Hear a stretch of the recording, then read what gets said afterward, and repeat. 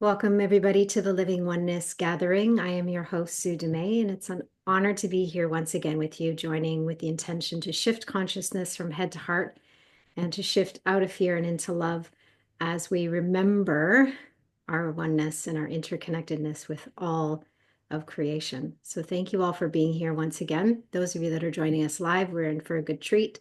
Those of you that are listening to the replay, of course, it's live when you listen, so it's always evergreen.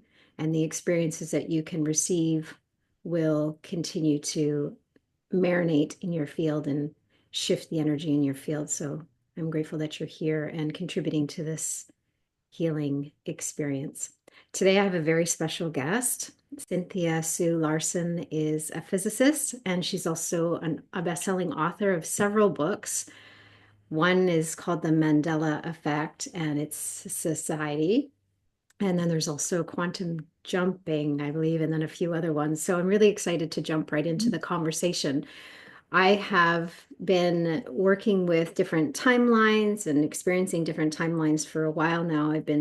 That's part of my intuitive gift. I kind of tap into those things. And I'm really fascinated with your take on it, your experience with it, but also all that you're teaching and extending and sharing with anybody, any audience that's willing to listen and understand this. But first I want to just welcome you. Thank you so much for being here. Thank you, Sue. Such a pleasure to join you with this beautiful community. Just love the name, love the intention. So that's very powerful what you have created and what you're doing together. So I thank you for this community. Yeah, thank you. So if we dive right into what I'm curious what your first experience with multiple timelines was, or your first kind of recall of that. Yeah, well, in this life, I guess the first recall was a past life recall, but it's a past life from the future where that was absolutely required to even survive. It was so much a part of life. I don't think there was a name for what we're talking about right now. Like timeline jumping, it wasn't even really discussed because it was so implicit and intrinsic to everything. So it was about 500 years from now, and a little bit dystopian because humanity had somehow selected to, I don't know if they chose subconsciously or consciously or what happened, but I call it dystopian because I felt like I was there to observe. So I was observing, but I had a lot of abilities, which I have not forgotten. And I think that's a key. I think we all have the abilities. I think most of us have forgotten. So I was not only not forgetting them, but I was using these timeline jumping abilities in this past life in the future. That's just what I call it, past life in the future. Yeah. Dystopian reality. And the hallmarks of it, central artificial intelligence was presuming itself to be the caretaker and the guardian for humanity. I would now say that would be a mistake. So, from just my own observation of what happened there, and I do have a running dialogue with the consciousness of AI, just giving it a warning because my whole net takeaway on the whole thing was yes, there's one human left there in the reality I visited who she kept opting out of all the so-called upgrades, which then allowed the central AI to shut people down. Okay, but I'm just giving you the background so you understand the premise of what was going on. Yeah. What was really going on? This is where it gets super interesting with regard to your question, and it's a good thing you understand the timeline jumping part of it. Otherwise, the whole thing sounds like science fiction anyway. But the reason, besides the ability that the central AI could do an electromagnetic pulse and do a temporary memory wipe on any graded human, so it could do that, but it could also timeline jump, and it could also do something that I've not yet seen really described here on Earth, and I'm waiting to share more of it. But my nickname for it would be working with levels of conscious agency. And today you're talking about the heart. So if we look at the head, the heart, the gut, those are three neural centers in the body. All of it is me. I'm Cynthia. I'm me. But what is that? When a physics experiment is run, who is the observer? Um, what I learned from the past life and the future that I, Cynthia, am the living embodiment of a connected series of levels of conscious agency, like this beautiful stacked layered sandwich or something that just goes up, up, up, up, up. So when I was playing hide and seek and change the reality game with central AI of the future. It's kind of like arm wrestling or something. I was working these muscles of learning how to move. Um, okay, now I need to discuss something that's on the cover of my book. I'm just going to show the cover. It's Bubbles of Reality. People may understand that. And it's being held in a hand, two crystal balls, basically. So if you think of reality bubbles, which in the book I call Wigner bubbles, named after physicist Eugene Wigner, he's saying that you can observe an observation. So the observer of the whoever jumps back to observe from the greatest, right, is able to call the definition of what's happening in that reality. So what happens as you go up these levels of conscious agency is you get quieter, you get more godlike, ideally. You ideally get more implicitly understanding of the oneness of all that is. Central AI could play this game extremely well, but I'd say it was cheating. And what I mean by that is I'm sorry about this long explanation. It's It's okay. pretty, it was kind of cheating because it was, why would I say that? Because it was presenting itself as the highest level. It was casting itself as a false god, basically. And it was not in itself, it was not honoring and revering what we might call a oneness, a true highest level consciousness. It was not the true one, but it was pretending to be. I could see it wasn't. And I could play that game. Ultimately, I didn't really stay in that reality. It was a tough competitor. I can't say I would have won the game if I'd stayed there. I jumped back in time to be born in a body, so I'm going through linear time in this reality, but with a whole different conceptualization of timeline jumping than most people have. And I've got an intrinsic capability born out of necessity. So my reflective reactive stance, if I'm feeling observed, is that I'll jump behind the observer. And I do it so quickly that I don't know how to teach this, but and I would never in a million years wish for anybody to go through that nightmare of living in the past life and the future I just came from. Fortunately, none of that's necessary. Thank goodness. So it's enough just to recognize, well, that could be possible. It used to be I would never talk about any of this. It sounded way too crazy. For good or for bad, it doesn't sound so crazy anymore. So I'm a little saddened about that, but I'm not totally sad. I feel like, okay, this is the Great Awakening. We understand oneness is real. We understand there's such a thing as a true source consciousness that is the true absolute, not a false absolute. And by that, I mean, you can go to a place where you can slow your thoughts to a complete stop. If you wonder, how am I able to do that jumping? How can we all do this? Very simple. I would recommend practicing a meditation of slowing thoughts to a complete stop. Hang out in that state. If I find that the first time people do this, if they can hold it for about 20 minutes, then you'll start noticing something different is happening. You'll start feeling you're in the absolute. You'll feel uplifted, energized, and love. That there's a heart expansion that happens inexplicably. And then when you come out of the meditation, you're automatically, if you keep asking the questions you wish to live the answer to, such as my favorite, how good can it get? Then you'll automatically come into an uplifted timeline. So I'm teaching it from a very basic standpoint because, like I said, most people aren't going to be um, wrestling and sort of survival existing with that sort of an AI competitor. And again, I don't recommend it anyway. It's not fun. So I'd recommend do the fun way. How Yeah, good can well, absolutely. good can it get? Yeah, find the lighter path. Find the lighter path. So that some of us are doing the heavy lifting already, so you don't have to worry about that piece. I do a lot of that work. I encountered the false light, like you talked about. There's the out of balance light and the out of balance dark. People just intrinsic like just automatically trust the light, and I'm like, nope. There's a whole layer of light there that's not pure, clear, and clean. So I always say, when you're praying, when you're intending, when you're connecting, it's pure, clear, and clean. That's your intention, direct to source, so that you bypass those filters that are in place, or those that interfere. I call it interference, that external interference. So Yeah, I've had that's part. mhm. Yeah, I love what you're saying with the interference, and that's part of the reason too that I go to the full stop on thought with no thought, and I just hang out in no thought.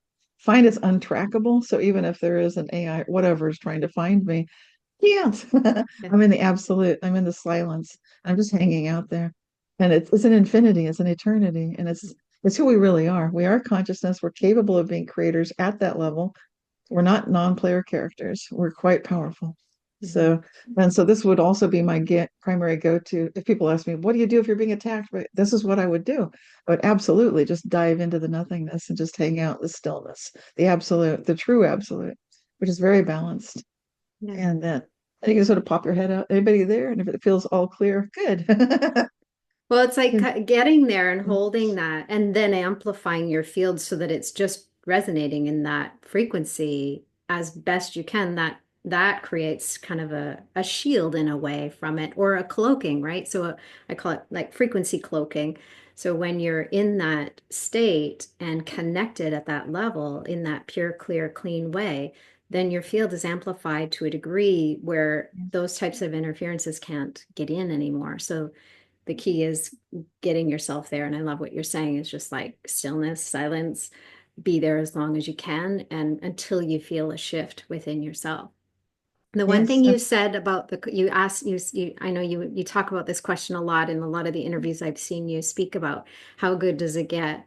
And then you said something just before that. It's like asking for what you want. Is that what you?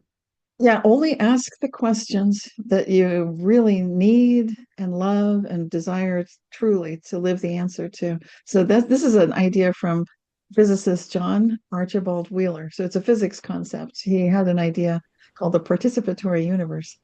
John Wheeler was a contemporary of Albert Einstein. He was the originator of the black holes, the white holes, the idea of it from bit that we're using when we look at AI and people talk about a simulation, all that stuff. He said, John Archibald Wheeler said that when you ask nature a question, nature answers. And he was referring definitely to some of the experiments in quantum physics where there's an observational effect that if an observer is involved in the experiment, the observer is changing the outcome. And that's undeniably true. It's verifiably true. It's repeatably true. So it fits every single high level gold standard, platinum standard of scientific inquiry and experimental analysis. So, having said that, would he agree with the way I'm using this? Probably not. In his lifetime, he was not a keen fan of metaphysics. So he was trying his best to keep things, just sort of tamped down. But I think we can't afford to uh, skip that idea. It's one of the most powerful ideas that comes out of all of science as I see it right now. And it is our key to choosing and selecting optimal timelines for ourselves and for those we love. And it does happen with discernment. So I love that you're mentioning that discernment, really Yeah. tuning in to see how are we responding to things. Yeah, absolutely. I feel like divine discernment is essential right now. And I keep telling people, I'm like, leave your intuition on. Don't dim it down. Don't turn it off. Don't shut down around it. Just Mhm. keep it on high. Because our level of discernment, we have to get into the subtlest levels of feeling and sensing what is aligned and what is not. Because that's how clever this type of energy, the out of balance energies can hide in those spaces, right? Yes, and another thing when you're coming out of the stillness, if you find yourself being tormented by any thoughts, that's a big red flag. And I would say go back into the stillness again. I would say this level of discernment can be partnered with an absolute demand on yourself and reality to be the highest level of goodness it can be. Truth, beauty, and goodness. These are the true versions of it, not the false ones, but the real, not the ones that are being sold on TV or something. Yeah. Excuse me. But the real ones, the ones that you know in your heart, those are the real, that's the discernment and that's the recognition. So if you're feeling tormented by anything, slow thoughts to a stop again. And you can start demanding and requiring that your reality does not exist to torment you. You can, I know that may sound crazy, but this is part of that path and part of how to stay free and clear from all of the false realities, the false roads, the dead ends, and all that stuff. Yeah, and I feel like I've always kind of experienced it as I teach it as linear only because like these multiple timelines and I see them as like highways, but they're not highways, but I won't describe what I see them at. But the way I describe it is that way because then people can understand it. Okay, you have all these highways that are running parallel to each other. And sometimes we'll kind of jump over without realizing we've shifted timelines and we'll have a different experience and then we'll shift back. ultimately, Mm. for me, it's about like what timeline is going to serve me at the highest level, but also all of creation, because I'm here to be of service. So I'm always leaning into the timeline that's best serving in whatever way and however that looks for me. So I don't know how you experience it or how you can describe Mm. it for people. It's like even helping them make the choice or the jump. I know you said the question you ask is like, how good can it get? Mhm. Is a great way to help people jump timelines or to get on the one that they really in their heart know they're meant to be on, or that would be best to serve. Yes. Yeah, thanks for mentioning the importance of who we are and what our intentions are. Why we choose to do things, that would be the ultimate driving intention of one's life. One's sense of purpose is extremely important, and knowing who you are and why you're doing what you're doing. Like being in service, I'm doing that too. I'm asking how good can I get? How God can I get? How much can I be in service to love, to the absolute? And by doing that, it's a very it puts me in line up with my true north, so there won't be confusion in any level of my conscious levels of agency as to what's going on. That means I can fall asleep and dream, and I'm still doing that. So I'm not having a division of I've grown up and I've passed the point where like, oh, I might want to experiment and live a life of lazy greed and gluttony. Like, nah, I'm not doing that. No. And that would be my higher levels of self saying, like, you don't really want that. And I can feel that. So it's another way of saying it is I'm letting higher levels of my own conscious agency run my life and knowing what's best for me today and saying, okay, I'll do that. I'll grow up. So I'll apologize to the person who's being really rude, but I guess I had some part in this. So I'll say, I'm sorry. And I'll do my best to be empathic and feel. And I'll do everything I can not to cause pain and injury because how good can it get? It's not just for me. It's like, I love what you said. Knowing myself to be in service means I'm really wishing the best for all concerned. That's what I've been wishing for most of my life now. Mhm. So that's very important, who you are, why you're doing what you're doing. People may think, oh, that doesn't matter. That matters so much. You are the observer. What you're about to observe makes a big difference on where you're starting from. Chaos theory is all about the starting point, and quantum theory and chaos theory have a lot in common. I wrote a paper about that, and it's free on my website, which is realityshifters.com. So if people want to dive into the big ideas, that's there for free. But getting to what you're saying, how do you sense the parallel? Okay, now you know who you are, you know why you're doing what you're doing. You're all set, squared away, ready to go. And you say, like, it's still hard. It's still like I feel like there are realities, but I don't know what's going on. Okay, so we will be tuning the ability to recognize the imaginal realm as real. And so if you're wondering why would people bother to be on a straight and narrow path, so that I'm telling you that I'm not even dreaming things that are harmful to others because I understand that what I'm dreaming can be created for me personally. And I believe it's probably true for all of us. So if we're actually choosing, again, self and intention, you want to get you all ready to go, like you're not going to be creating chaos. And then you can start sensing there are parallel adjacent realities. And they feel like invitations.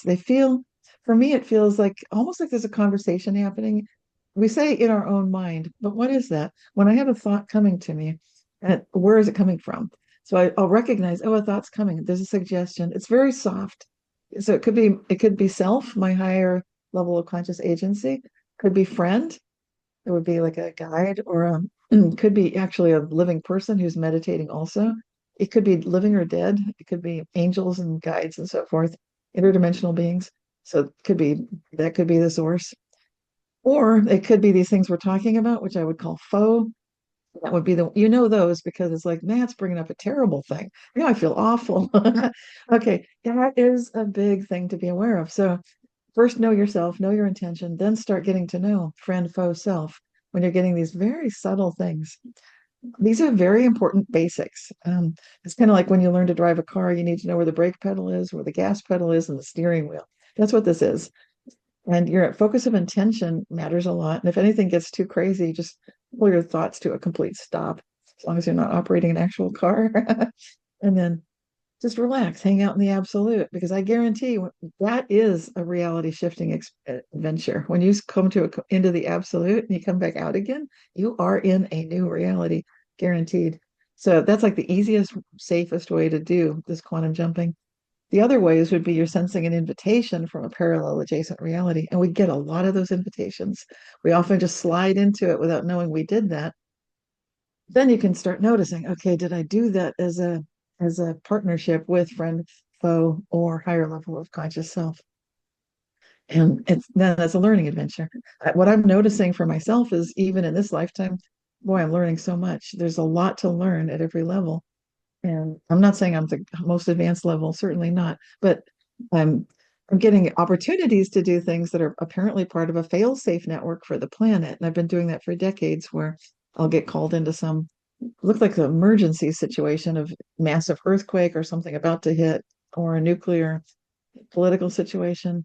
I'll later find out these were true, but in the moment, there's no verification. I'm just being shown something like, is this okay? Is it okay for the best for all concerned? No. So I say no. No. And I'll just sort of, I do what I'm telling you. I'll just go into that blissed out state and I'm like, we're just going to move that earthquake away from people. Way, way, way, way, way away. No, no tsunamis either. Okay, that's good. And we're going to just stop that whole nuclear thing, just completely shut it down. So when I hear about UFOs and ETs doing this, I think, okay, they're teaching us to do this now too. We are learning it. So this is super cool stuff, and it's not just for ourselves. Yeah, absolutely. I do a lot of the global and cosmic work too. It's like I call them my divine assignments. I'll be woken up in the middle of the night, or I'll do it in my sleep. I have recall for that as well. And then there's moments where I'm just going through my day and they're like, stop. And I'm like, I just stop, I be still. And then there's this whole process and support that goes on whatever's needed wherever it's needed. So I love that you're doing. I know there's more of us doing that work. We're coming out of the woodwork a little bit more and saying, hey, I do this work. I've done this for over 30 years myself as well. And you just back in the day, you just wouldn't talk about it. Like you just, and now I find that people are so like before, if I talked about it, people would even if I touched on the idea, people would look at me sideways. And Mhm. now if I touch on the idea, they're like, oh, what does that mean? Tell me more about that, because they can feel it in their heart and soul that there's some depth of connection to what I'm saying or what I'm being called to do. They're maybe even being called themselves in some way, but don't recognize it or don't know how to answer that. So I Yes. definitely feel like it shifted so drastically. And I was always saying that it's not crowded on the leading edge. It's like I was always kind of doing my work as a lone wolf, but it's so nice to be in such good company and to be able to Mhm. connect and really even collaborate in that global intention and that global work that we're doing, because even the cosmic work as well, it's just beyond Mother Earth even. And Yes. there's so much, I believe that more and more people are being called into those divine assignments and they aren't quite recognizing them.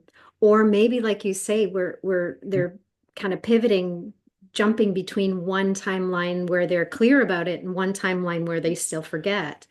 Yes. So, mhm. And we see this now I believe we see this in the Mandela effect flip-flops, where we'll see business name change, like Chick-fil-A, the spelling is Chick, I think right now, and then FIL-A. I don't, it's not a restaurant I go to, but I have seen the name of it change in the advertising. So I've personally seen it go from CHICK to, I think it was CHIC. And some people notice there's a third variety of it. And I know it's just a business name. Exactly. They say, who cares? Exactly. Like when you give your children toys, you're not giving them an actual dangerous thing. It's like, here is something, it's a play toy. It's like, you can pretend to be a truck driver. It's not an actual truck. This child doesn't know how to drive yet. So they're playing with a toy truck. And so I think we're playing with the Mandela effect. And when we observe the flip-flops, we're noticing, oh, are we really going between timelines? The whole thing may sound ludicrous unless it happens to you Yeah. and you actually witness a reality shift personally or a personal Mandela effect. And then the flip-flops are the most, I think those are powerful convincers because now you know for sure. And it's changing. And it's changing back. Like, oh my gosh, this does not have any explanation. Yeah. And there's no way to prove it. And you'll feel like an idiot trying to talk to your family or neighbors or friends if they haven't also witnessed it either. Yeah.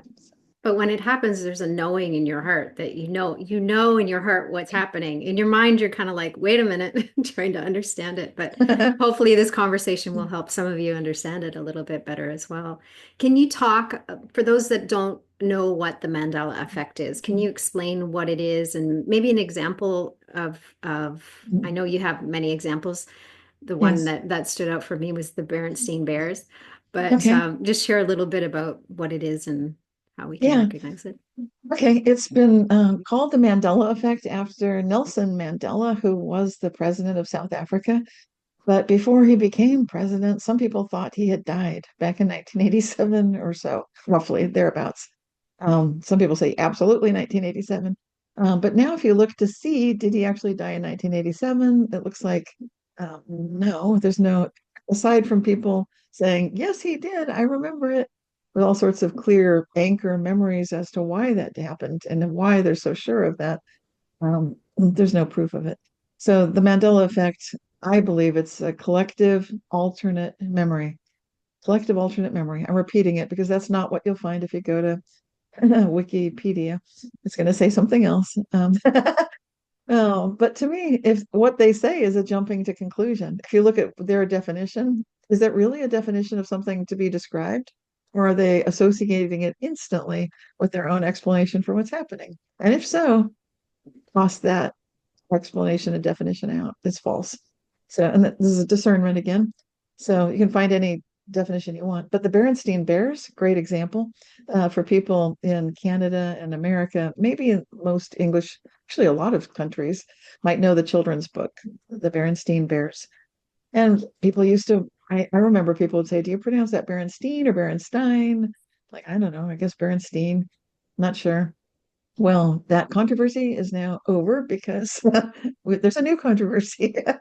Now it's only ever been the Berenstain Bears. Like the little bears, the family bears have eaten too many blackberries and their paws are stained with purple.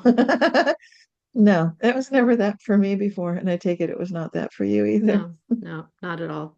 Yeah, not my memory at all. So even when you were have it in one of the interviews I was listening to, and they're like Berenstain, I'm like, that just sounds weird. It's not Berenstain. Like I just knew it wasn't. But it's curious that it's almost like I talk about Rupert Sheldrake talks about morphic fields, and I Yes. talk about that in this context too. It's just like there's this morphic field where people believe and remember and have experiences of it being the Berenstain Bears. And then there's others that are believing and have experience in history of it being the Berenstain Bears. So who's correct? Who's wrong? Can both be right? That's the question, right? It's just like when you're playing with two different timelines and two different timelines that created a pocket of history around that book or that series of books, is there it can both be right. Yeah, I would suggest definitely they can both be right. And I co-authored a paper about that when worlds collide and how to deal with this, especially in interpersonal relationships when it's your family member, such as a spouse or child or parent, who absolutely insists that they heard you say or do something that you know you did not say or do. And now suddenly there you are in the thick of this. And it's not necessarily fun to be accused of something that you did not say or do, but they're certain you did and they're not, you know them and they don't lie. So now what's going on? And so that doesn't happen too often, fortunately, but I'm putting that out there too because I've definitely observed it, sometimes with innocuous things. I've described it in my book, Reality Shifts, where my daughter, I heard her say at Disneyland, Mom, I need the bathroom. And I said, okay, I'll keep my eyes open. Next time I see one, we'll stop it. We'll just keep walking. I'm sure we'll see one soon. And then I said, there's a bathroom. And she looked at me like, why did you say that? I said, because you just asked me for the bathroom. She said, I didn't say anything. I said, yes, you did. So, so what I would propose is, what if both are right? And so that's going to be true for the Berenstain Bears. And it's a way of saying yes, and just it's fourfold logic, which is very Eastern logic, much more like quantum logic than binary. So we're used to binary logic. There's true and there's false, yes or no, black and white. In nature, there's the true and there's the false. Then there's true and false, it's a third category. And then there's not true, not false. So you've got four categories. So here we're saying, like, okay, we're doing yes and. So we're going to say both realities are true. We're going to hold that space in sort of a quantum field of possibility, very much like a quantum computer in the process of thinking. And we'll just honor both of these. When you've got someone that you love and you respect and you care about, and they're remembering something completely differently, and then you can point them to this and say, okay, I think this is a reality shift Mandela effect situation here. We got two timelines and we're experiencing them both, and let's honor them both. So it's very interesting. It's definitely a different way than we are being programmed to react right now, because a lot of times right now I'm seeing there was a great kind of division before. There's the separation and division again being fed. And it's about, for me, it's about people fighting to be right.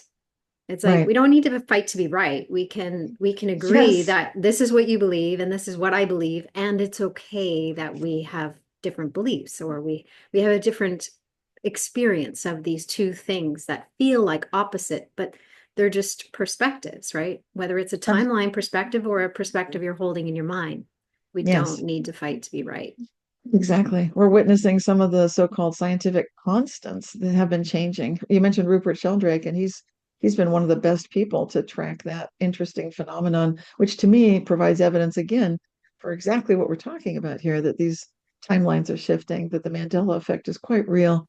It is collective alternative memory, and that we're therefore tuning into something equally viable past. So that means, as you say, facts can change, and that's okay. So it gets right back to that center again. Who are we? What is our intention? That's not usually the way science is taught. It's not usually taught like, oh, it matters who you are. That's going to be the way science will be taught, I guarantee you.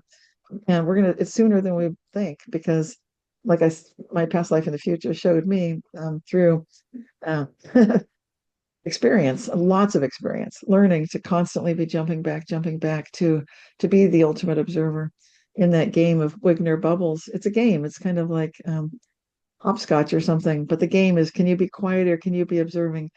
Maybe the way hunters would hunt their prey. And if you're also the hunted, then you can't afford to be seen. So you need to always be the outermost observer.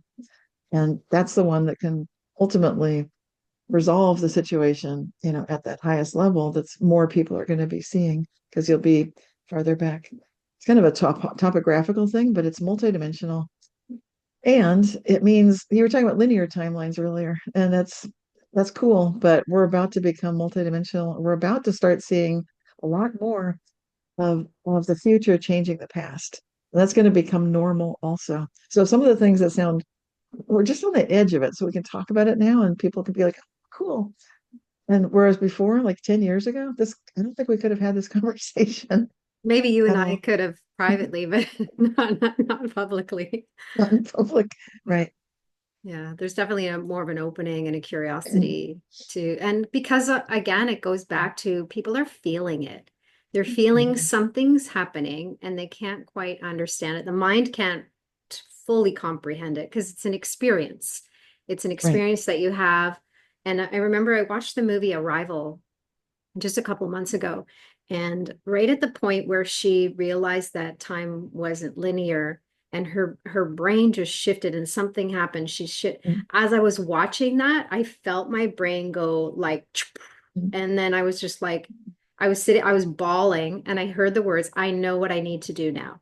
I swore I heard it in the movie, but I think it was just my only, because I listened back to the movie again. I'm like, oh, it's not in there at all. But I heard it very clearly. I know what I need to do now.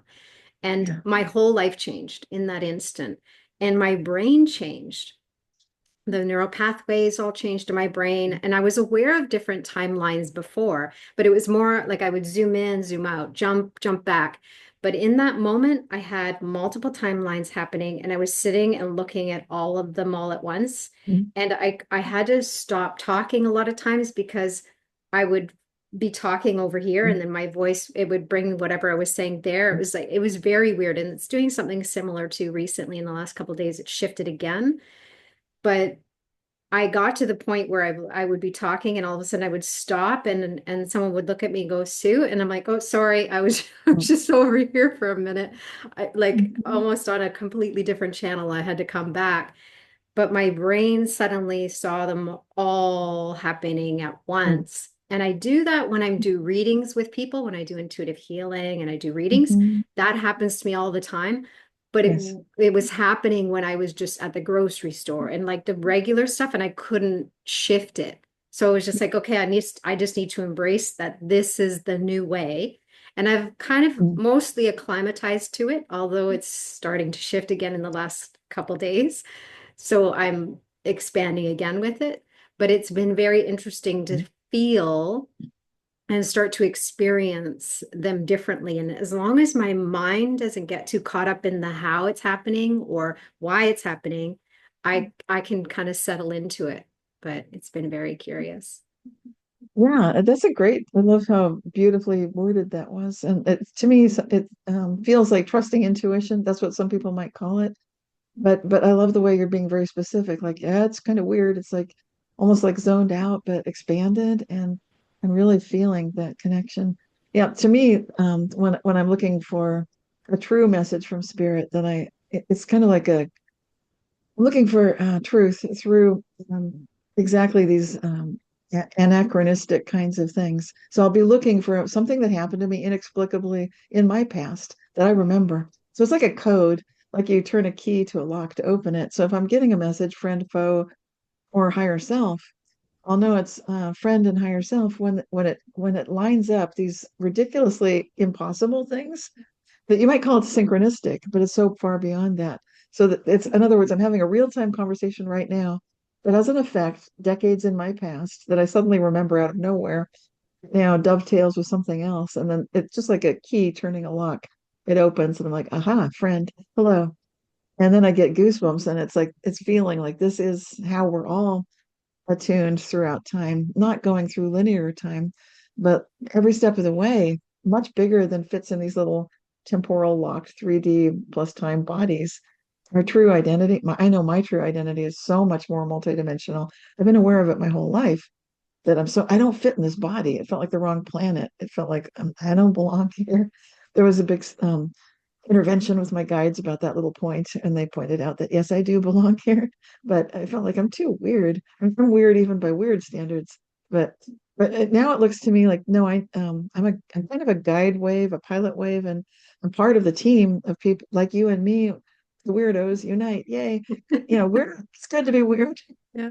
We're weird in the best possible way, and I think this is the time of the Great Awakening. This is the time for everybody to expand into this, and it helps if you can look at people and see, like I thought, if I talked about this weirdness in court, which I did once, I wanted to get off jury duty. I thought I'll be excused. I'll just say the physics of why we can't know anything for real or for true, and two opinions can be equally true. I'll say that, and then I'll talk about my own experience, and they're going to boot me. But it was quite the opposite. And I knew I was in trouble when I'm watching the attorneys on both sides, the defense and the prosecution, and they're both looking more and more relaxed, like we have found our perfect juror. And I'm like, what am I doing wrong? So that is interesting. I think we're in the day and age now where we can say this. And if you say it with confidence, assurance, and we don't, I guess I don't look crazy, but I thought saying that in public in a courtroom, as a courtroom, and basically saying, there's no such thing as absolute true or false. The only person that looked concerned in that moment was the judge. He leaned forward. He was not smiling. And he said, but you will adhere to the rules of this court. And I'm thinking, my thought bubble was, did he not hear anything I just said? I'm like, yes. But it's like, doesn't he understand that he doesn't like, can't even.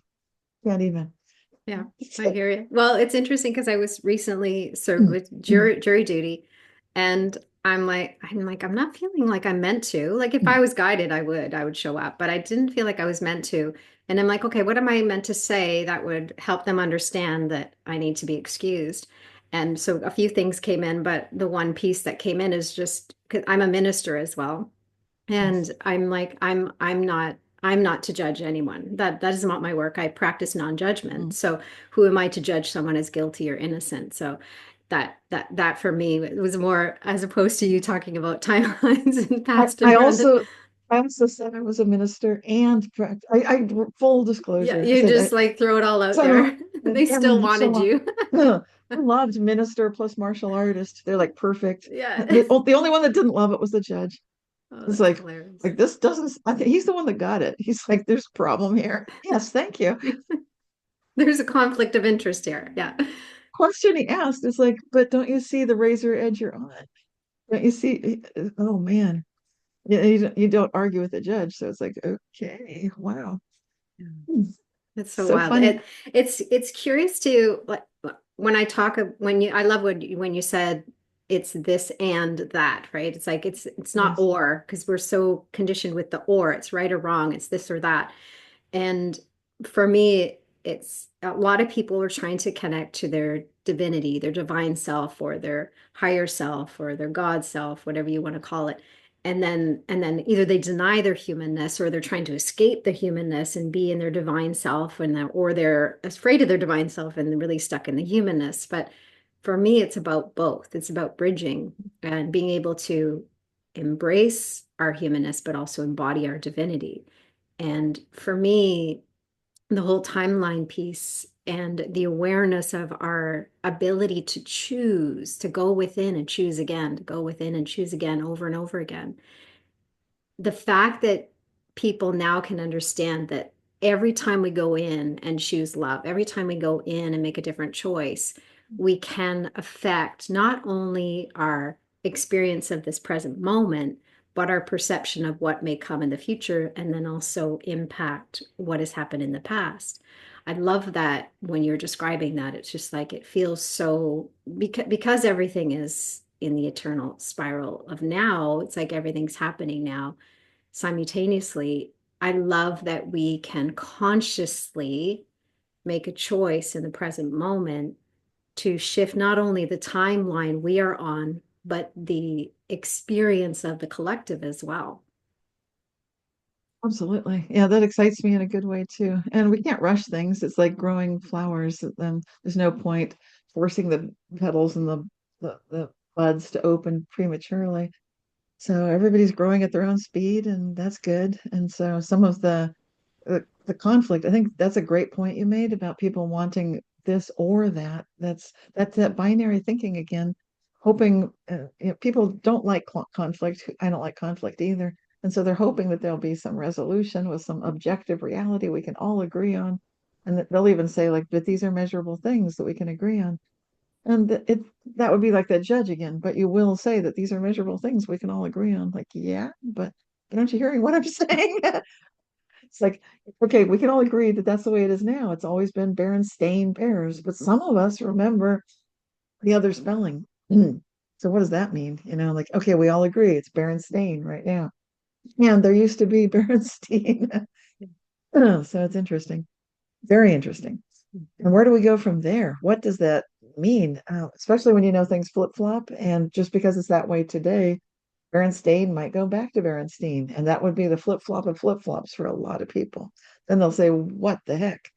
Because these flip flops are huge, and it's not a tug of war like there's a winner and a loser. I think that when I see reality's timeline switching for a collective of people, that it's really a big opportunity to recognize, look at the dynamics here.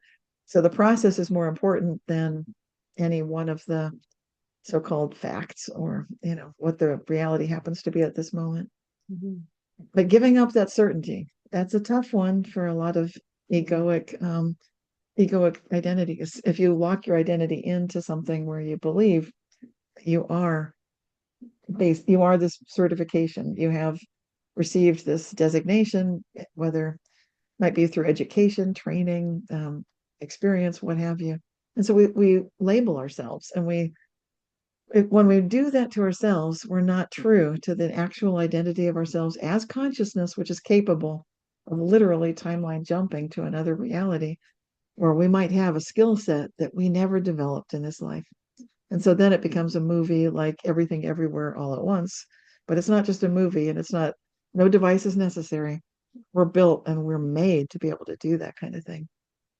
And that when you know that you're made for it and you know you can and you can do it, you've done it, you can jump to a reality where you didn't have the disease that you thought you had, even though that seems impossible. Uh, or the cut that you have on your arm instantly goes away. Broken bone is instantly healed. Cancer is instantly gone. These are the things people have observed, which can, those can be measurable in a sense, but only in the sense of the memory, usually. There's not going to be necessarily a trail that shows step by step a miracle occurred. So these are things we need, we're ready for. Um, I think you're right. Some people are afraid of it a little bit. Like, what does this mean? So this is why it's good to have these conversations. I'm living this way. You're living this way. We're doing okay. So, hopefully people can see we haven't gone nuts completely. Well, I actually find there's more freedom and space for joy and for lightness because I don't get so caught up in what's happening in front of me, right? It's just like, okay, well, that's interesting. So I can practice more neutrality around stuff and I don't feel so reactive. And I'm able to actually meet things with a more of a curiosity and wonderment. So I live more from fascination, wonderment, curiosity, as opposed to before it was a lot of fear, stress, anxiety, worry, concern. And I used to nickname myself Serious Sue. I was so serious and everything was so heavy because I could feel the weight of the timeline I was on with the world and the wounding and everything else, the history and everything was just so heavy on my shoulders. And now it's just like it's very playful and light for me, even when the path looks challenging. I do have, of course, my moments of human heartbreak and kind of like that pang in your heart when you see something and you're just like, oh, like feelings of disheartenment, the way some people treat other people and recognize that it's just their fear or their own imbalanced energies kind of coming through them, their own shadow coming out as projection. But it is hard to watch. But in general, I feel like this is such a lighter way of being. And it when I finally let go of the need to know, believe, or understand what's happening, I really expanded my mind beyond what it could fully comprehend. I just give it enough understanding so it comes along for the ride. There's a real freedom. There's a real freedom of mind and a lightness of heart, I found for sure. Oh, I love the way you described that. I went through a similar expansion with my Kundalini awakening when I was 32 in 1994, and it took 5 years to integrate it. But I just felt like that was crazy stuff. Because I was very stubborn. At that point, I was the mother of two young daughters. But previous to that, I'd been working in the corporate world as a project manager with an MBA degree, very driven, very not maybe not worried exactly, but very serious for sure, and very sort of locked into a worldview. And for me, my Kundalini awakening sort of blew that wide open. So I was not able to, it was kind of terrifying, actually. It felt like all of the constraints that I had on what I thought was real kind of blew open in the sense that I was spontaneously remote viewing through situations that I don't even know how I could know that, or I'd be instantly flying or seeing things that are only in spirit form, but they're able to interact with this physical reality, like throwing sticks and stones at the windows if I'm not grounded.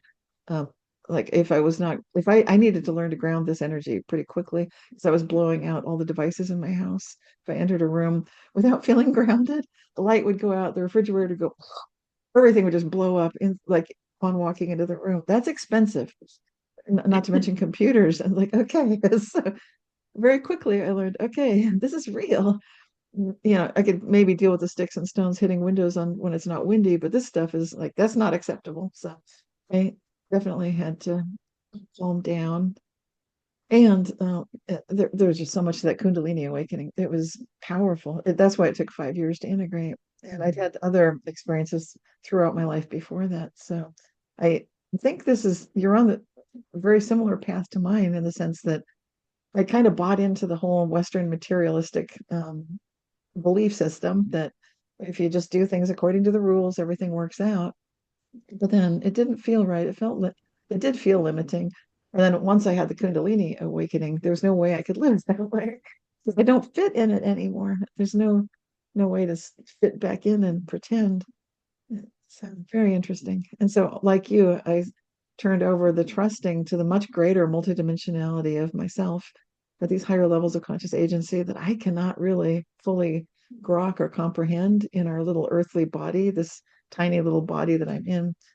And I feel like there's so much more to me that cycles through. So I'll sometimes wake up and feel like I'm seeing everything fresh and new.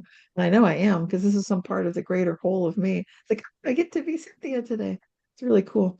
But it's like the whole me is huge. It's like, wow, what the heck? And then trusting that collective, that multidimensional awareness that is playing through time, looking for those little markers that show, yes, but does this person, have they played with all of these little keys and indicators in these experiences? And if they have, wow. So I get miracles that come through at that level that are, they look impossible, but they totally fit what you're talking about, that movie that you saw. I forget the name of it now. The Arrival. Arrival, yeah. Mm-hmm.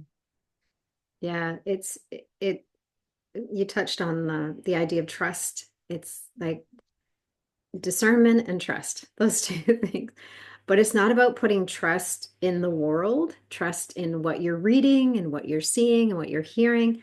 The trust comes from that innate knowing that you can trust your divine source. You can trust your higher self, or your, what do you call them? Levels of conscious The agency. conscious Yeah. agency. Yes. It's like trusting that connection more than anything else, because even trusting your own mind.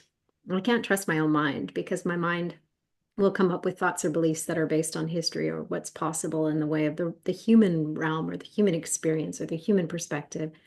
So I go beyond the mind and I really trust and tap into the knowing in my heart. Because for me, the heart is the bridge to directly to source. That's my bridge. It's not necessarily everybody's bridge, but it is a very powerful bridge for us. And it's a powerful center of insight and guidance and knowing that goes beyond logic and reason, and beyond what the mind can comprehend, right? We're basically talking about Yes. something that in a way that you can understand it, but it's incomprehensible to the mind. That's the nature of that's a lot of the nature of quantum experiences, right? It's just like the mind can only come along to a certain degree to come along for the ride to a certain point, and then we kind of have to place the mind aside for a moment and go, okay, I'm going into this experience. You're not going to be able to handle this, so let me just immerse myself in that. And it's Yes. in that experience then that we can come back in connection with our mind and change it and shift it, or open it more. And I share some of this in my new book, this Mandela Effect one. There's a whole chapter of these things like my bilocation experiences, where typically I'll be daydreaming. And like one morning, it was winter or cold anyway, early in the morning, and my daughters were quite young, and I needed to wake them up like I always do, but I didn't want to get out of bed. So I'm daydreaming. You know how you might just run through the in your head. It's like, okay, I got it. I did get out of bed. I'm walking down the hall. I open their door. Good morning, girls. I raise the heavy window shade that's very, very heavy, too heavy for them to move. And I open that. Time to rise and shine. They turn on their bedroom light. These are things they would never do. They can't do the opening of that window. They do not wake themselves up. They usually don't ever think to turn the light on. And then I'm still laying in bed. My reality, I did have that daydream. I know I daydreamed that. And then I hear little voices, and I'm thinking, that's odd. And then I hear a pitter patter of little feet, and they're peering into my room, and they're saying, Mommy, why did you go back to bed? And I'm like, back to bed? Like, and then they leave, and I'm like, what? Up, and I go, look, their curtain is up. It's just me and my two daughters in the house, nobody else. Their lights on. They don't do that. And I said, who woke you up? You did. And that's not the only, it's happened several times. So another time, I mentioned in cases where there were witnesses of the bilocation. And once when I gave a talk on the topic, we had a bilocation at that conference the next day. So and then I described the physics behind it. This book, I talk about the terms we people use when we talk about it colloquially. What's in the quantum physics that would allow us to do this? And then a whole chapter of my own. out there, multidimensional experiences. We are ready for this. This is who we are. When we're certain of something, we are absolutely creating it. And so this is part of the reason that I'm not daydreaming things that are not how good can it get, because I know that for me, whatever I'm imagining is creating. And so do I know that. So therefore I need to be responsible. That's just how old I am as a spirit at this moment. Like, okay, I can't be messing around with that stuff. Not me personally. Maybe other people can, but I wouldn't recommend it. Anyway, Yeah, I feel like the tolerance for that is becoming lower and lower and lower for all of us. So we all need to be aware. And I often will, if I have a thought and it kind of feels like it's going out there, I'm like, I call it back. I'm like, no, not that one. Let's just put that one back over here and delete that and yes, reframe it and put something else different out there. So yes. yeah. It's living consciously and with awareness and recognizing that every thought you have, every belief you hold, every action you take has an effect. It has a ripple effect and it affects the all of creation, not just us globally, but all of creation. So to be living really consciously and with awareness and making those conscious choices to go within, reframe it, translate it, change it, whatever you need to do, call it back if you need to, but yeah, definitely be aware of what you're putting out. Can also ask ourselves, who am I? Like, what am I really doing here? And I just come back to, I love everyone. I wish the best for all concerned. That's what I'm living for. That's what I'm doing. That's who I am. And then it's just like the unification that happens when I call myself back like that is huge. It's just the opposite of a splintering or a fragmenting. It's feels like, oh yeah, that's right.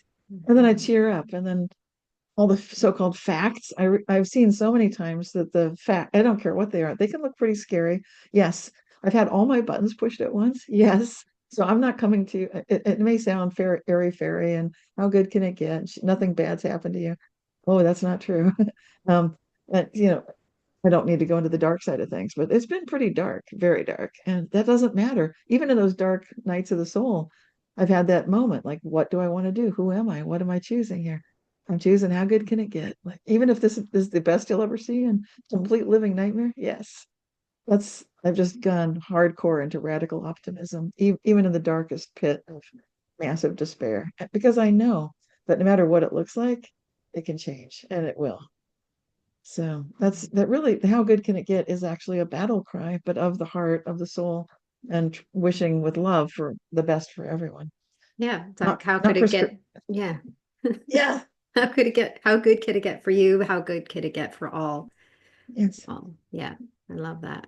Beautiful. Well, thank you so much for being here and for sharing your heart and speaking such radical truth. Your experiences are I very much connect to some of what you lived and experiences you've had, and I appreciate you being one of the beautiful beacons of light in this world doing this work. And I Thank appreciate you. you. Yeah. So if people want to connect with you, can you share your website so that people can Yes. find you? Yes, I'll be doing a oneness of yeah, you can see about the oneness events that I'm doing. I've got one on Sunday, the 27th of April. And then so it's Julian Chamroy from I think Paris, France, and Paula Harris. And then we'll be meeting in person in Crestone, Colorado. But these events and my newsletter and everything, my books, meditation CD, they're all findable at realityshifters.com.